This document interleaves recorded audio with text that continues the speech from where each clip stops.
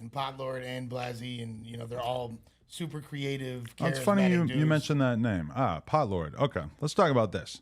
So when Disconnected came around, it was essentially, it was essentially came about because House Phone saw that AD had his own show on Wednesdays, and so he figured, I'm going to try to do my own thing on Thursdays. And so he brings in his own cast of people, whether it's Yuri, Blasey, whatever. I don't remember exactly how the crew grew, but it's like, we agreed, I think, to pay him, Blasey, and Yuri to do the show. And then at a certain point, he starts bringing Potlord on more and more. And in terms of me and Potlord, I've known him, I guess, since the early days of No Jumper, because he's just always been friends with House Phone, 2016, 2017, something like that. Always just seeing him at shows and stuff. Always thought he was, chill, whatever. We weren't best friends or anything like that, but we were always cool. And, but there was never any time where I told House Phone that I was into the idea of having Potlord on camera or anything. That was 100% him. And so pretty early on, Potlord starts asking for money, and we're just nah. The show's not doing that great. We're already losing money on it. It's and then also on top of that, us from just watching it, we didn't really feel like he was a good addition to the cast. Now it's probably kind of our fault in a sense, because we, in terms of developing the Wednesday show, the Thursday show, we just kind of let people do whatever, and we don't really have any control over it or try to insert ourselves too much. So the Potlord thing and us kind of just saying we weren't going to pay him, that was just the one thing that we sort of said is we're not going to do it. And then they removed him from the show. House Phone removed him, right, at a certain point? Yeah, well, Blasey. Okay. And so, and then, he's been on the show more recently, I guess. And then, I don't know. It's he tried to make it last night it was all about the Destiny thing, which it really wasn't. That was maybe sort of a nail in the coffin, but it's just a lot of stuff. It's just the thing with Smack was kind of annoying to me. I wasn't really feeling that. But I saw Flacco talk about this. I've been watching a lot of Flacco's reaction videos recently. I think he really found his niche. He's funny. How come he don't stutter on there? I know, right? Well, I think maybe he cuts it up or something. He definitely cuts it at least a little bit, but I just noticed it doesn't happen on there. He was talking about this, and he said, reaction of a reaction. I've never seen no shit like that in my life. Funny. But he said that you might talk about this on Tuesday, where Pollard said that we were both attacking Destiny on that phone call, and then he got fired, and then also with the Smack thing. Even Smack says that he's a little bit more upset at Toke, but in reality, it was both of us there, and he was bringing up how it seems unfair that he was fired and I wasn't. Right. Well, Yuri, this is the thing. And I'm not trying to get fired here. I'm just bringing up what the audience is saying. Yuri, I like you. That's the difference. I never wanted him on camera. And this is what sucks, is that people will be friends, acquaintances, whatever. We'll be cool, and then we'll give him a shot. We're all right, yeah, we'll let him try out being a co-host on one of these shows, or we'll have him, do some coverage for us one time, or we'll let him sit on the news one time. And then if it doesn't keep happening, they get offended and they get mad, and at a certain point they realize, oh, it would be more beneficial for me to while out and make a video and try to get some views and some clout off of this situation than to just continue to stay down and be a cool, normal person, which is 100% the case with Potlord, because we never told him that we wanted to be on camera. He was always just our friend, so we were cool. We went to New York with him doing that show and everything. And he he obviously wanted to be down, but we weren't, really extending the invitation in the way that he wanted to. So now he's on a tirade and he's got to go to war with us and everything. And it's just it's so predictable, and it's so common because it just happens over and over and over. This is my main question. How do you quit a job that you never had? We never paid you. Yeah, I don't know. You can't quit. You were hanging out on a live stream, and this is my whole thing. Is now he wants to say, "Oh, Adam's a racist." You were hanging out for 6 years, trying to get an opportunity with somebody who you think is a racist. Do you seriously think that people are going to believe you? Do you seriously think? Because that makes you look so much worse than it makes me look.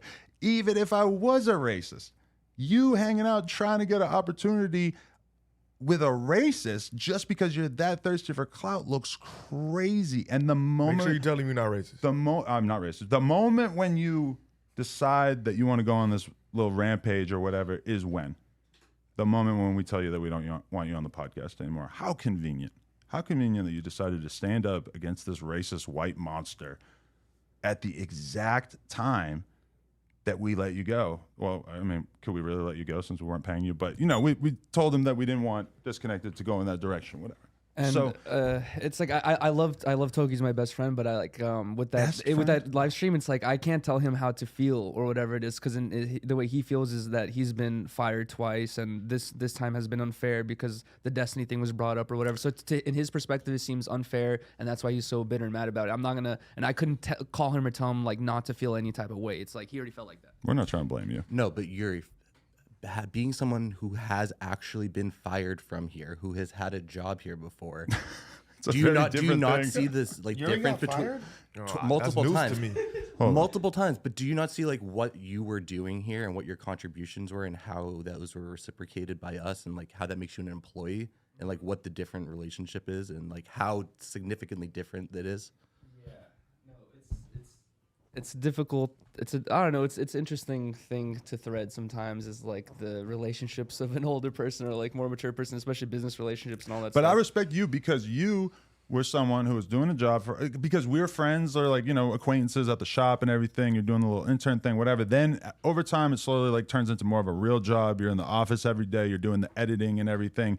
And then at a certain point, realistically, it just wasn't really working. And we told you and you were cool about it, and we were able to continue to be friends, continue to do stuff on camera, which I just like value that a lot in people at this point in my life, is people who are able to see the separation between a job and a friendship, And even like me and AD, when we have had like big in-depth conversations about like, with us just kind of disagreeing or talking about how, things might work out in the future, he said something to me a bunch of times, which really means a lot to me, which he says, I see you as my brother, and if we're not working together, it's all good. Like, and and he wants to keep working No Jumper. He wants to keep doing shit, and I appreciate that a lot about him. But I really appreciate that he made that clear to me, because there's just so many fake people out here just waiting for an opportunity, and then as soon as they realize the opportunity is not coming, they decide that the opportunity now is to make a 8-hour live stream talking shit, saying a bunch of shit that a million people already said. So what I'm not going to do is I'm not going to come on here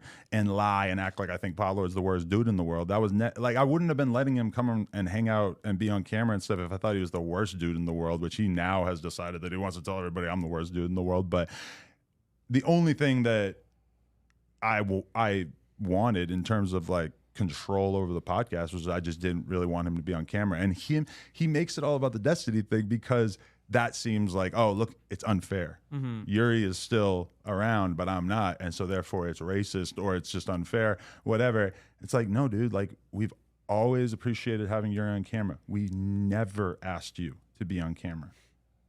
And if he was like a little bit more grown up, he would be able to hear that and just be, okay, that's cool. Like I'll still be chill or whatever. But instead it's like he just sees more value in making a hate stream. So and basically, to make it clear, you didn't like what Yuri did too, but you like Yuri.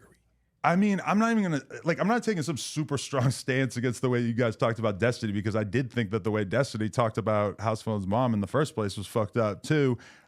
It's more just that like listening to Potlord talk about the Destiny thing just really reminded me of how much I don't believe he's meant to be in front of a camera. Like, I just don't believe in you in that regard. And clearly you believe in yourself and you have your own live stream and that's great and everything. I don't want to invest in you becoming an online personality. And you'd think that somebody would be able to like hear that and be okay with that. It's just not like, there's a lot of people who work here that aren't really on camera, who maybe some percentage of them wants to be on camera, but they're just like, they get it. Like Adam doesn't really see it for me. And that's, they accept that and they're cool with that. And it's like, not everybody has to be on camera to be friends with me, and not everybody has to be on camera to be cool with No Jumper as a crew and a group of friends. Yeah. And so I guess that's just all I really wanted to say, is just how pathetic I thought that whole thing was. It's just so unbelievably transparent. And I feel like most of the fans get it.